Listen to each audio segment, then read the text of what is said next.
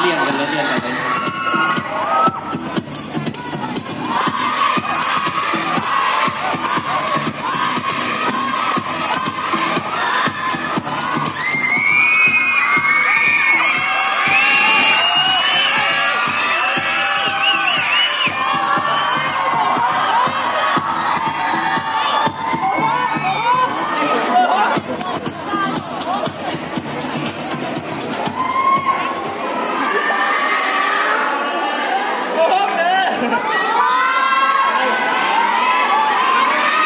มาลุ้นกันเนาะว่าเบอร์ได้สิได้เข้าฮอ7 คนเนาะเป็นคนทำอิฐ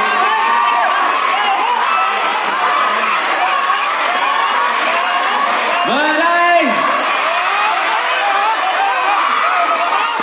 เบอร์ที่ได้เข้าฮอ7 คนทำอิฐพิธีกรโซ่คนจะประกาศหลายสื่อแล้วให้น้องหลานสาวยางกาวขึ้นมาหน้าเวทีโซ่กาวสำหรับนายน้องนางสาวเทศิบาลได้ยินซื้อเนาะได้ซื้อตัวเองให้กาวค่าขึ้นมาหันหน้าซ่อมกาวเนาะไม้เล็กทำอีกได้แก่ไม้เล็กไม้เล็กหนึ่งนางเฮสินพ่อห้องพดุงทางซ้ายโกสร้างตีซ่อง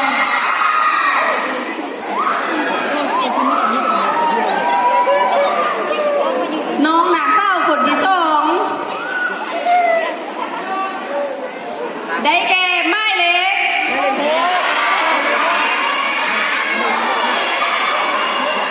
ได้แก่ไม้เล็กเก่าน้องหนังแซงมณีแซงอินคำจากพ่อพันดุงขันไส้ตัวเนืองรุ่นที่5ปีที่1ลำดับต่อไปผู้ที่ได้เข้าฮอ7 คนสุดท้ายได้แก่ไม้เล็กไม้เล็กไม้เล็ก5 นางอนาวรจากห้องพยาบาลไส้ต่อเนือง8 ปี1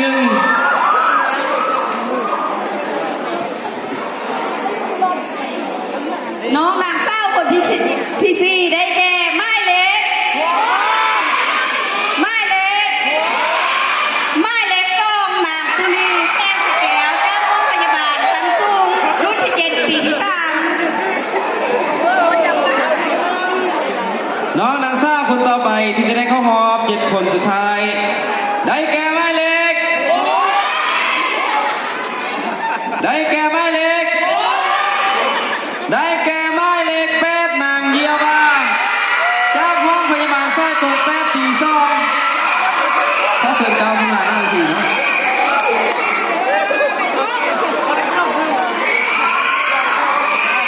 จักคนแล้วจักคนแล้ว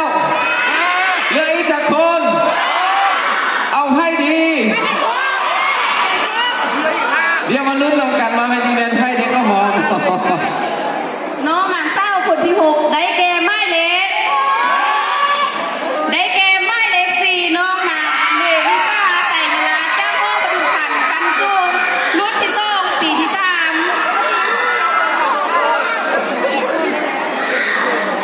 คนสุดท้ายที่จะได้ไปต่อกับนางแก้วรีไซเคิลได้แก่ไม้เล็กไม้เล็กไม้เล็กไม้เล็ก6 นางอีกที่เจริญศักดิ์เฮเซ่ตัวเก่าปี2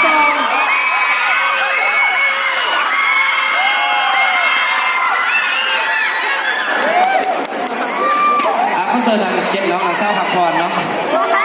3 น้องนางเศร้าอยู่เนาะ3 น้องหนังเศร้า3 น้องนางเศร้าอยู่เนาะ3 น้องนางเศร้าอยู่